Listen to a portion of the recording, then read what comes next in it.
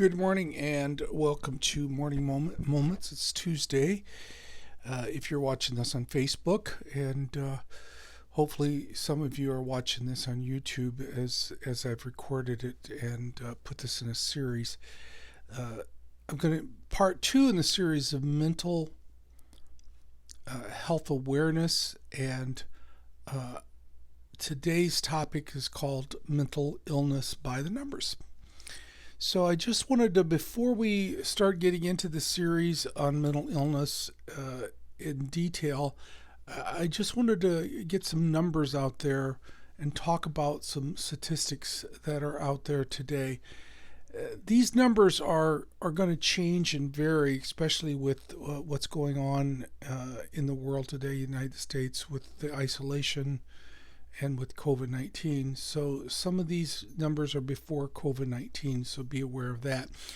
From the many of these come from the National Alliance of Mental Illness. So let's go ahead and just look at a few of the numbers here as we go. 1 in 5 United States in the United States adults experience mental illness. That's 1 in 5 adults. 1 in 20 adults experience what we consider a serious mental illness. And of youth, 17% of youth from 6 to 17 experience a mental health disorder. So mental illness is rampant in our society. When we look at mental illness, the numbers are actually very staggering.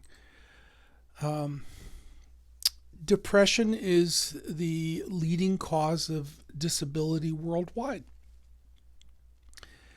When I mention 1 in 5 adults in America experience mental illness, the numbers go to like 43.8 million adults experiencing mental illness in any given year. 60% of adults with mental illness did not receive mental health services in the previous year. And 9.2 million adults have comorbid mental health and addiction disorders. In the industry, sometimes it's called a dual diagnosis, when you've got a mental health disorder and also a substance use disorder. They really often go hand in hand. 26% of homeless adults staying in shelters live with a serious mental illness.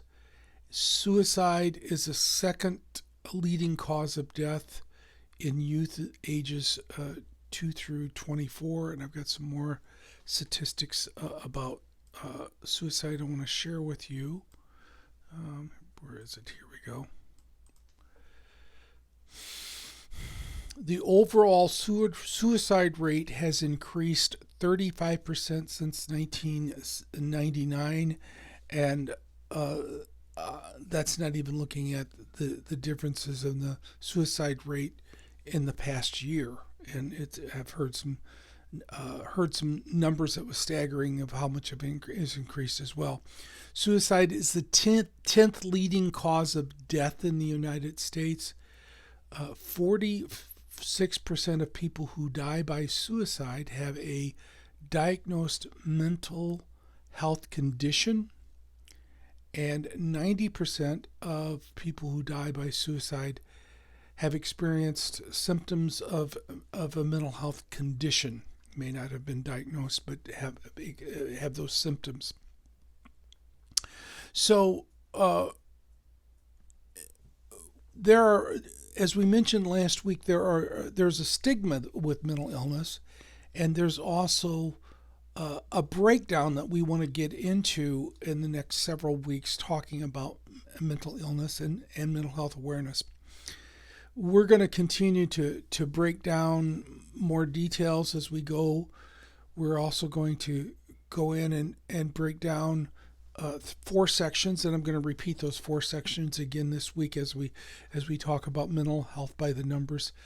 I'm going to be covering an area of anxiety, not necessarily in this order, by the way, but covering an area of anxiety. Anxiety disorders have an umbrella of a lot of different things falling under anxiety. General anxiety disorders include some phobias as well as panic attacks and other things. Then we're going to face the world and talk about the world of depression, and talk about what's considered unipolar and bipolar depression, the difference between the two. Then we're going to break down and talk about when that depression gets to the point of becoming suicidal. And some of this, I'm coming to you with my going on 29 years of experience as a nurse, many of that being a psychiatric nurse and working in locked units and open units and suicide hotline, and working with many, many people through the years, as well as being an educator of mental health services utilization and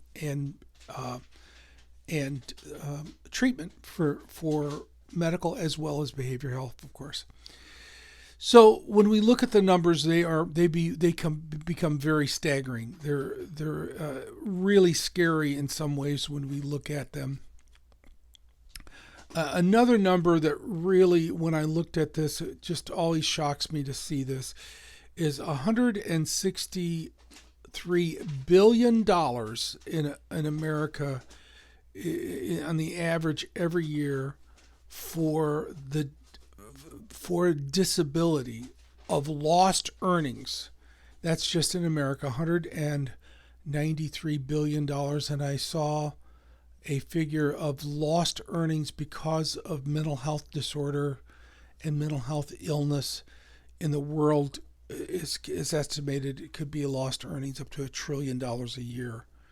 And it is a very staggering numbers when you look at them.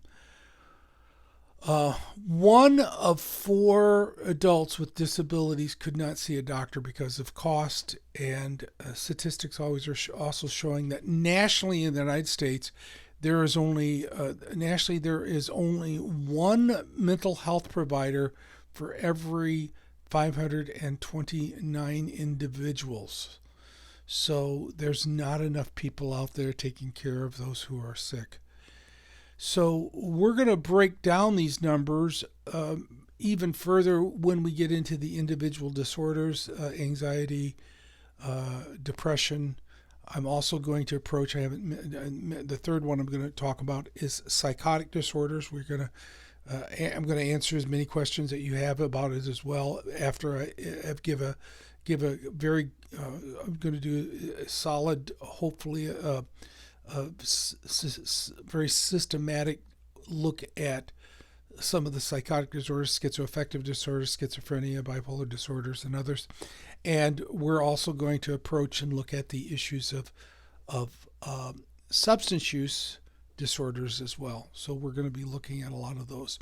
But today I want to just throw out some of the numbers and statistics that are out there. I could spend not just the 10 minutes in it. We could cover a half hour, 45 minutes easy just going to statistics. But I just wanted to give you a few to get a little understanding of what the numbers are looking like for mental illness. So keep coming back on Tuesdays for more of my mental health awareness series. This was part 2, and keep coming back next week and pass it on to your friends. And as usual, thank you for joining me for all of my daily episodes, Monday through Friday, for morning moments. And until next time, I'll see you. And may God bless you.